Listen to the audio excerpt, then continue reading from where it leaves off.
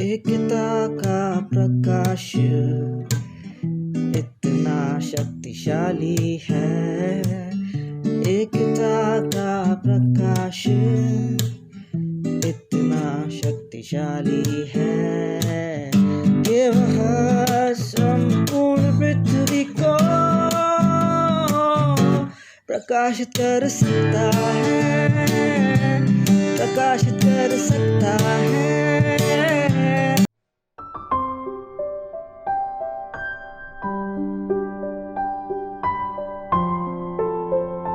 नमस्कार विद्यार्थी मित्र मैत्रिणींनो, आतापर्यंत जी आपण आव्हानं बघितली होती ती ग्लोबल लेवलवरती म्हणजे जागतिक पातळीवरती आपल्याला सर्वत्र दिसून येतात. आता या भागामध्ये आपण भारतापुढे कोणती आव्हाने आहेत त्याच्याकडे लक्ष केंद्रित करूया.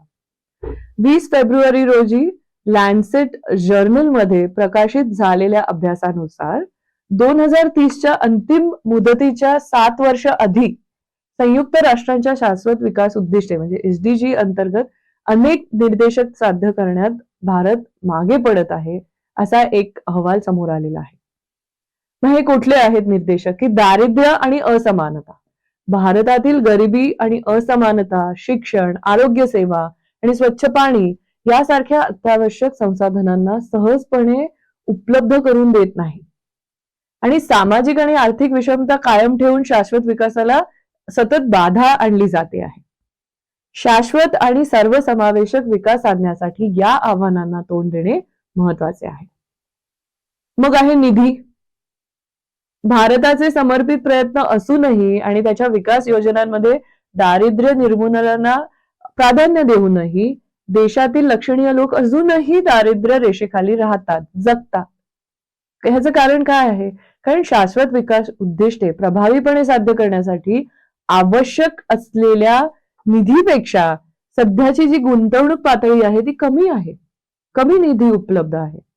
ही निधीची तफावत SDG पूर्ण करण्यासाठी आणि गरिबीशी संबंधित जी काही आव्हानं आहेत ती प्रभावीपणे हाताळण्याच्या दिशेने भरीव प्रगती करण्यात एक मोठा अडथळा आहे. आणखी एक समस्या जी भारतामध्ये आपल्याला दिसून येते ती म्हणजे असमान प्रगती. भारताने काही क्षेत्रात प्रगती केली आहे, परंतु काही जिल्ह्यांमध्ये फरक दिसून येतो. नवजात आणि 5 वर्षाखालील मृत्यू, सुधारित स्वच्छता आणि विजेची उपलब्धता यासारख्या काही निर्देशकांमध्ये राष्ट्रीय स्तरावरती सुधारणा झाली आहे, नो डाऊट अबाउट इट. पण अनेक जिल्ह्यांना अजूनही प्रगती साधण्याची गरज आहे आणि ही तफावत दूर करण्यासाठी आणि सर्वांसाठी समान विकास संधी सुनिश्चित करण्यावर आपण प्रयत्न करणे किंवा लक्ष केंद्रित करणे आवश्यक आहे.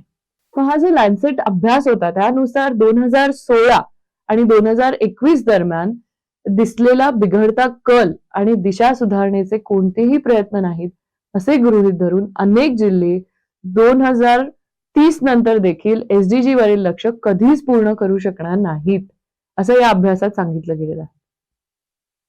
या अभ्यासात नमूद करण्यात आले आहे की लक्ष्य साध्य करण्यापासून दूर असलेले जिल्हे म्हणजे काही हे सांगितलेले आहेत, स्टेट सांगितलेले आहेत. मध्य प्रदेश आहे, छत्तीसगड आहे, झारखंड आहे, बिहार आहे, ओडिशा मधले काही जिल्हे आहेत.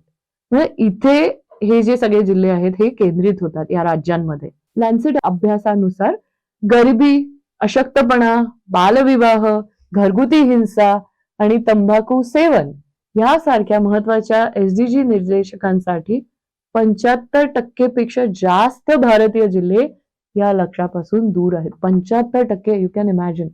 आणखीन एक भारतापुढे आव्हान आहे म्हणजे प्रमुख जे काही इंडिकेटर्स आहेत, निर्देशांक आहेत, त्यांची नक्की व्याख्या काय आहे हे समजून घेतलं गेलेलं नाहीये. म्हणजे शाश्वत विकास उद्दिष्टे साध्य करण्यासाठी भारतासमोरील प्रमुख आव्हानांपैकी एक म्हणजे प्रगतीचे प्रभावीपणे निरीक्षण करण्यासाठी योग्य निर्देशकांची व्याख्या करणे. म्हणजे actually I will put it this way की निर्देशक आहे त्यांची योग्य व्याख्या करणं महत्वाचं आहे. भूतकाळात परिणाम अचूकपणे मोजण्यासाठी भारतातील संबंधित निर्देशक निश्चित करण्यात यश मिळालेलं नाही.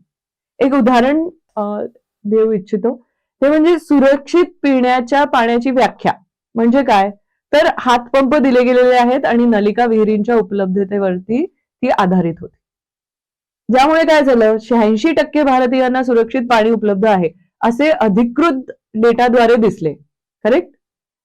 असं एका अहवालामध्ये लिहिले गेलेलं आहे, म्हणजे मोहनदास यांनी 2018 मध्ये हे म्हटलेलं आहे.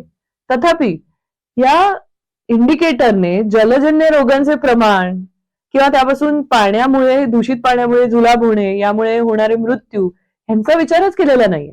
हँडपंप आहेत म्हणजे पाणी स्वच्छ आहे असा तो निर्देशांक मानला गेलेला आहे. मग हा देशातील महत्वाचा मुद्दा आहे. शाश्वत विकास उद्दिष्टांच्या दिशेने झालेली प्रगती लोकसंख्येचे वास्तविक कल्याण आणि जीवनमान प्रतिबिंबित करते आहे. ह्याची जर खात्री करायची असेल तर चांगल्या परिभाषित निर्देशकांची आवश्यकता आहे. आणखीन एक आपल्या भारतापुढे आव्हान आहे, ते म्हणजे पर्यावरणीय शाश्वतता. वायू आणि जल प्रदूषण, जंगलतोड आणि अयोग्य कचरा व्यवस्थापन यासारख्या समस्यांमुळे भारताला पर्यावरणीय शाश्वतता उद्दिष्टे गाठण्यात अडचण येत आहे. या समस्या नैसर्गिक पर्यावरणाला हानी पोहोचवतात आणि शाश्वत विकासासाठी निर्धारित हवामान आणि पर्यावरण संरक्षण लक्ष्य साध्य करणे आणखीन आव्हानात्मक करतात. देशासाठी आरोग्यदायी आणि शाश्वत वातावरण निर्माण करण्यासाठी या समस्यांचे निराकरण करणे आवश्यक आहे. तुम्हाला माहितीये मित्रमैत्रिणींनो, पर्यावरण निर्देशकात भारत 180 देशांपैकी शेवटच्या स्थानावर घसरला आहे. पर्यावरण संवर्धन हा शाश्वत विकासाचा महत्वाचा आधारस्तंभ आहे. भारताची ही जी खराब कामगिरी आहे ती 2 भिन्न प्रवृत्तींमुळे उद्भवताना दिसलेली आहे. पहिली गोष्ट म्हणजे पर्यावरण विषयक चिंता बाजूला सारून इतर विकास प्रकल्पांना सरकारकडून दिले जाणारे महत्व.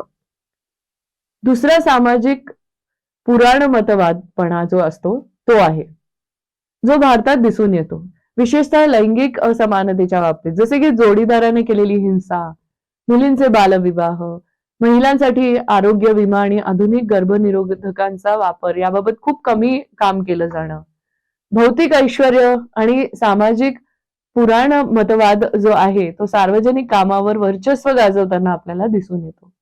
दुर्दैवाने यामुळे शाश्वत विकासात भर पडणार नाही असे एका अहवालामध्ये सांगितलं गेलेलं आहे.